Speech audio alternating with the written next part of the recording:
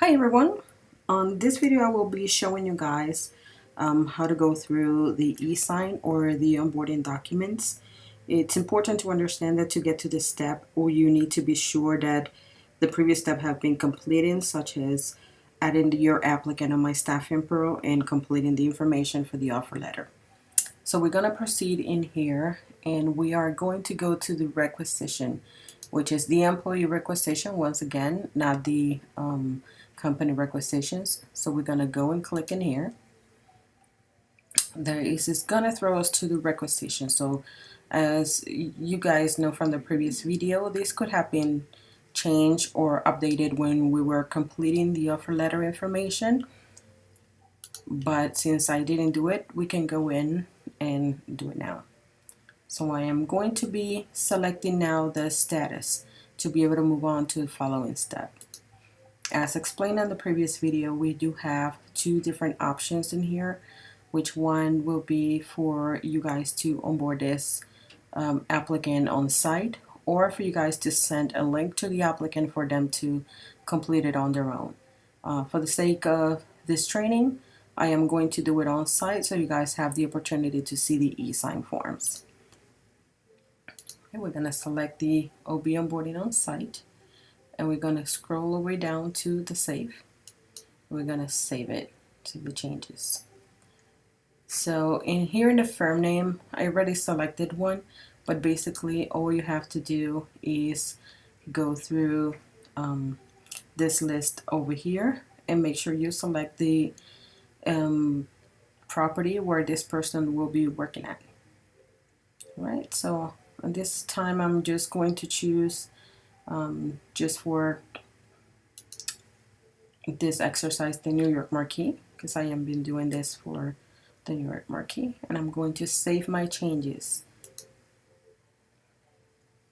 Once I save my changes, it's asking me if I want to launch now the onboarding process. It's important before you launch it to make sure that your pop-up windows are enabled, otherwise it won't populate this for you. So we're going to hit launch, and now we have a new window here where we're going to start completing the onboarding paperwork. So we're going to hit here, this is our welcome message, and we're going to be here and continue. And we're going to start completing now the other part of the demographic information that have not been completed before. A part of has been, the other part hasn't. We're going to go down.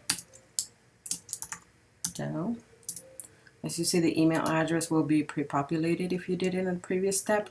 If not, then you will have to put it in here since it is a required field. Now we're going to proceed with the social security number and the date of birth. And we're going to go continue. All right, so is going to see that this is the application, and as long as you continue going down through all the forms, it's going to be telling you the percentage have you completed so far. So we're going to hit continue, and from here below all we have to continue doing is signing every form that it comes through. There will be a few that we will have to complete more information for, but the vast majority of them are just signatures. Okay, I'm going to confirm. Moving along here to the offer letter, we will continue. And here's the offer letter for us to review before it's signed. And as you see, everything that we typed on the offer letter portion, as we explained in the previous video, will be reflecting here on this letter. But we're going to just continue and sign.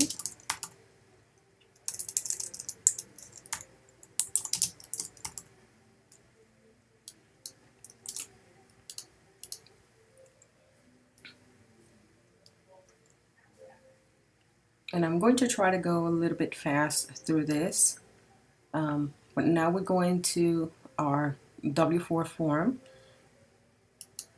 which vast majority of you guys are familiar with, but for those who are not, this is where we're going to be stating what is the applicant or the employee status and how many allowances or dependents this person wants to put on the payroll side. So for the sake of this exercise, I'm just going to do a single and with 0 dependents. And on this section is for any additional amount that they want to be withheld in every paycheck. If there's any amount that they want to be in addition to the normal taxes to be withheld, this will be the place where they're going to add that to. And at this point, we're going to do just $0. And we're going to continue. Okay, it's going to ask us to verify the information that we just add. And if it's correct, we're going to hit continue. If it's not, we're going to go back and fix it before we continue.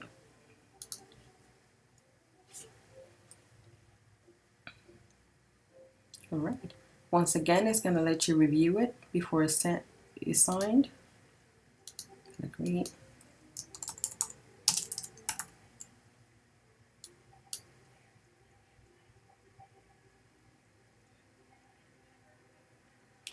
In this case, I am being prompted to complete a state W-4. Not every state has a W-4, but in this case, the New York City does have a W-4 that it will be prompting here. This will be added by my staffing pro according to the candidate or the employee's address. So I'm going to go back to, and I'm going to say no and no in this case. And I'm going to continue with doing 0 allowances.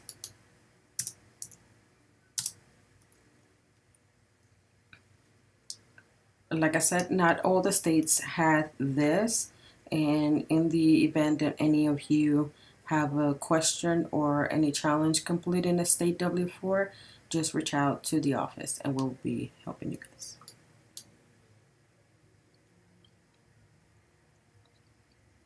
All right, so we're going to continue.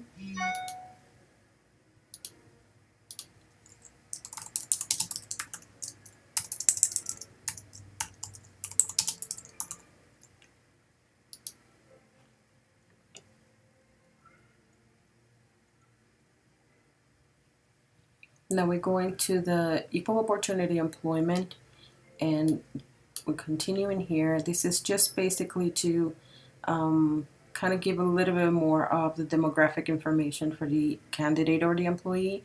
If it's a female or a male, in this case my candidate, it's a male. And you will choose the race in here if it's Hispanic, white, Black or African American, Native, Asian, etc. And in this case, we'll say it's white. All right. So now we are prompted to the 7Cs application. This is what we call the work history, and this is a mandatory field.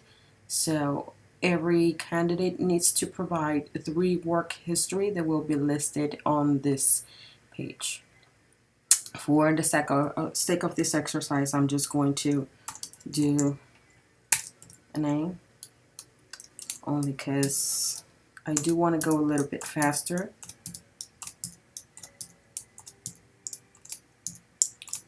And as you see, there are required fields, so if we don't put something in here, the system will not allow us to move forward.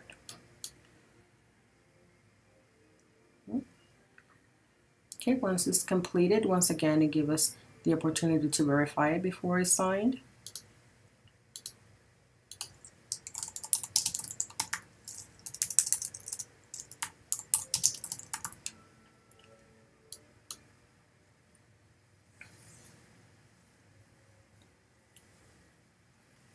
All right, now moving along to the rest of the e-signs. And as you see, there's a lot of e-signs in here, and for this training I'm not going to go one-on-one explaining what they are. We could do that on a separate video, or you can contact the office if you need more information. But for this training, I'm just going to go along and signing all the e-signs to continue.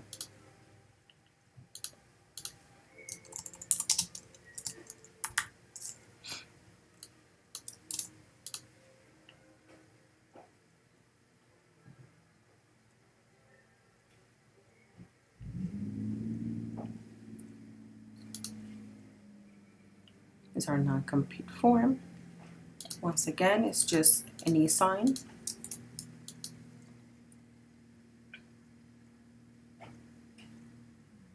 That was our information and system protection. And once again, it's only an e-sign.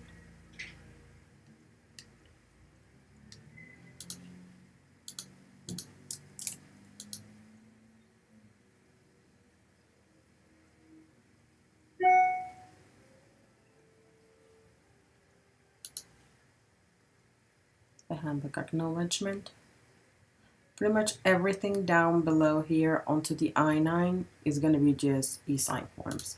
So I'm going to try to go as fast as I can through them so we can continue to the I-9.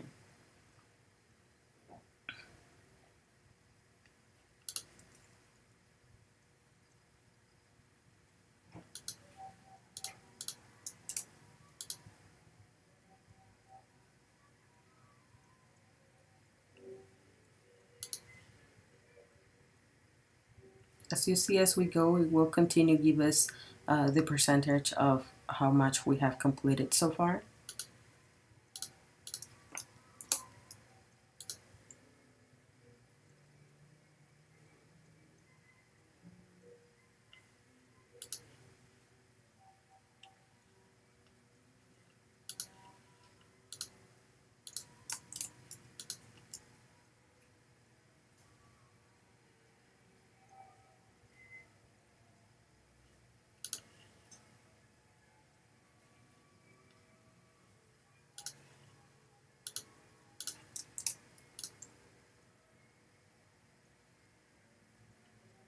Now we are in our Exhibit B.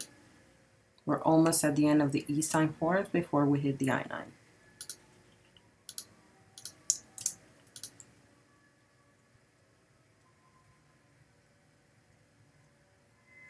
Alright, so now we just came here and we're going to start completing now the I-9 form.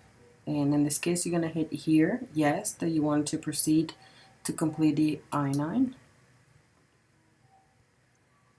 And this form is pretty easy. It's basically all the same demographic information that we have completed before, with the exception that here we're going to be noted what is the status of this new hire. Either if it's a citizen, if it's a non-citizen national of the United States, or if it's a lawful permanent resident, or if it's an alien authorized to work. And so basically we're going to go back to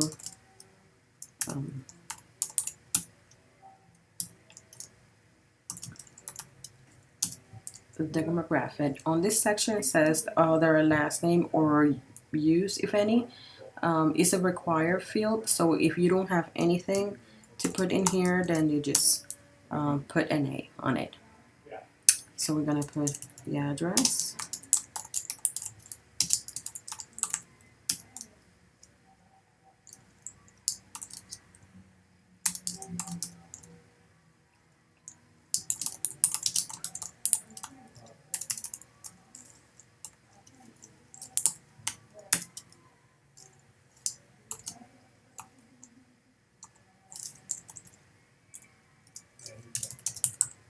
All right. And now we're going to be putting the date of birth once again and the social security. Very important on this part is the social security does not like the dashes in this form. If you do, it's possible that it will kick it back as a non-valid social security. So do not use the dashes on this part. From there, we have the email address. If the employee has any email address, you can list it in here. If it doesn't, then you move on to the employee's telephone number. For this exercise, I'm not going to be using any of those. I mean, I could do. Okay. And for this, I'm going to say that my candidate is a citizen. But if it is anything as not a citizen, such as permanent resident or an alien authorized to work, it's important for you guys to have on hand the alien number or the CIS number, which you will select from here. Sorry, I will have to select this one to do it. But you will select from here which one you have available, and you need to list it in here. And same will be if it's an alien authorized to work. Here is the expiration date for that ID, and you also will have to list in here for that person the alien or the USCIS number right in here. But I am going to keep it as a citizen to keep it simple and move along.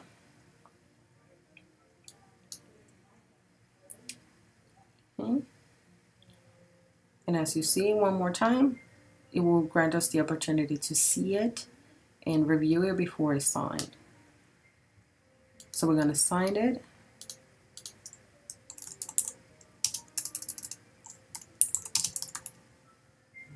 And we're going to confirm.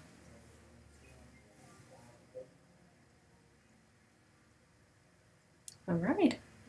And our new hire process has been completed. So everything from the employee side now is completed. And that will be concluded for this part of the video. In the following video, I will be showing you guys how to do the manager sign portion of it. So I hope you guys find this helpful, and thank you very much.